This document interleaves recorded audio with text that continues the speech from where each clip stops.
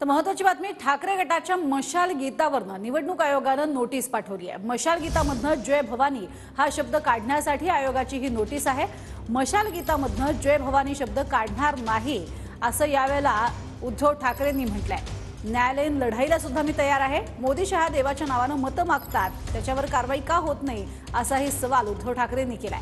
आधी मोदी शहांवर कारवाई करा, मग आमच्यावर कारवाई करा असंही ठाकरेंनी आव्हान दिलंय।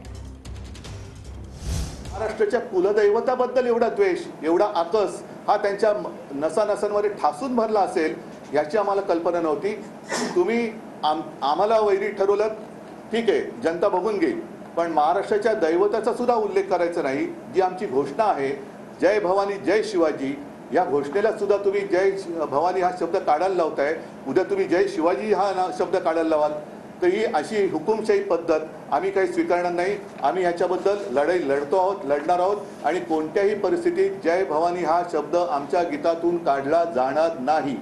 आज तर देशाचे पंतप्रधान आणि गृहमंत्री बजरंग बली की जय बोलून बटन दाबा सांगतायत। अगदी कचा नाही बोलले तरी बटन दाबा बोलतायत। परत एकदा स्मरणपत्र देऊनही निवडणूक आयोगाकडून आम्हाला काही उत्तर आलं नाही आणि आम्ही त्यांना असं म्हटलं होतं की तुम्ही एकतर उत्तर द्या आणि उत्तर दिलं नाही तर मात्र तुम्ही हा नियम बदललाय असं गृहीत धरून आम्ही देखील जर का उद्या असा प्रचार केला तर आमच्यावरती तुम्हाला कारवाई करता येणार नाही। अन्यथा जर तसा नियम बदलला नसेल तर यांच्यावरती काय कारवाई केली ते आम्हाला सांगा। मुळामध्ये आता ज्या आघाडीबरोबर ते आहेत त्यामध्ये हिंदू शब्द चालतो का हा एक बेसिक प्रश्न आहे।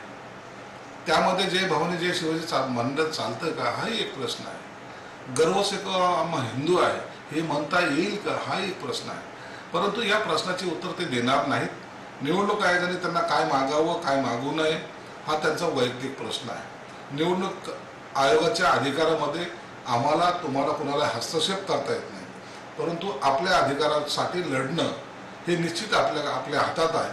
मला वाटतं योग्य तो निर्णय उद्धव ठाकरे यांना सुद्धा मिळेल।